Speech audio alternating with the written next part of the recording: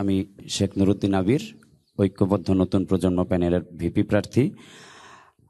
আমি বলতে চাই, আমাদের প্রজন্ম বা আমাদের বিশেষ করে আমরা বিগত দিনে যে সকল নির্বাচন দেখেছি, জাতীয় নির্বাচন, সেগুলোতে অনেকেই অনেক ইশতেহার দিয়েছেন।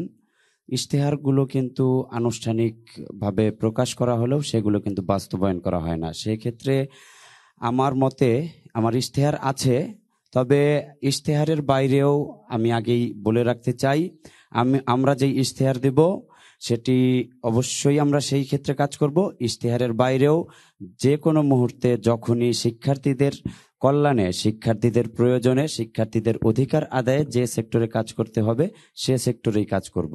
তবে আমাদের বিশেষ গুরুত্ব থাকবে সর্বপ্রথম রাজশাহী বিশ্ববিদ্যালয়, বাংলাদেশের অন্যতম শ্রেষ্ঠ বিদ্যাপীঠ। এখান থেকে আমরা একাডেমিক ক্যালেন্ডার নিয়ে কাজ করব, যেন কোনো বিভাগে সময় মতো পরীক্ষা এবং সময় মতো ফলাফল দেওয়া হয়। দেখেন, কিছুদিন আগেও আমাদের একটি ডিপার্টমেন্টে আন্দোলন হলো, তাদের ফাইনাল পরীক্ষা হয়েছে 9 মাস আগে, কিন্তু তাদের কিন্তু রেজাল্ট হয়নি। তো 9 মাস যাবৎ যদি একটা ছেলে বসে থাকে, এর মধ্যে তার চাকরি সেক্টরে ঢুকতে হয়, জব সেক্টরে ঢুকতে হয়, 9 মাসের ভিতরে তার অনেকগুলো সার্কুলার কিন্তু মিস হয়ে গেছে একটা রেজাল্টের কারণে। সে কিন্তু তার জীবন থেকে অনেকগুলো হয়তোবা সুযোগ হারিয়ে ফেলেছে। তো আমরা এই বিষয় নিয়ে কাজ করব, সেশন জট এবং সময় মতো একাডেমিক যেই ক্যালেন্ডারটা ওটা যেন মেনটেন করা হয়। তাছাড়া আপনারা জানেন, আমাদের রাজশাহী বিশ্ববিদ্যালয়ে প্রায় 70% শিক্ষার্থী অনাবাসিক। রাজশাহী বিশ্ববিদ্যালয়ে ভর্তি হওয়ার পর প্রত্যেকটি শিক্ষার্থীরই কিন্তু অধিকার, তারা রাজশাহী বিশ্ববিদ্যালয়ের যে হলগুলো আছে সেখানে একটি সিট পাবে।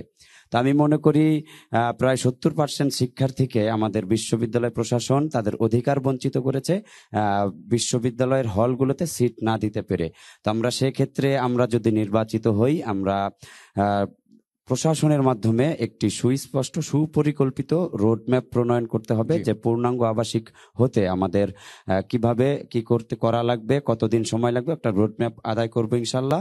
এবং যতদিন পর্যন্ত শতভাগ রোডম্যাপ এই আবাসিক রোডম্যাপ আবাসিক না হয়, ততদিন পর্যন্ত অনাবাসিক যারা থাকবে বিশ্ববিদ্যালয় কর্তৃপক্ষ তাদেরকে একটি অনাবাসিক ভর্তুকি দিবে। এটা নিয়ে কাজ করব।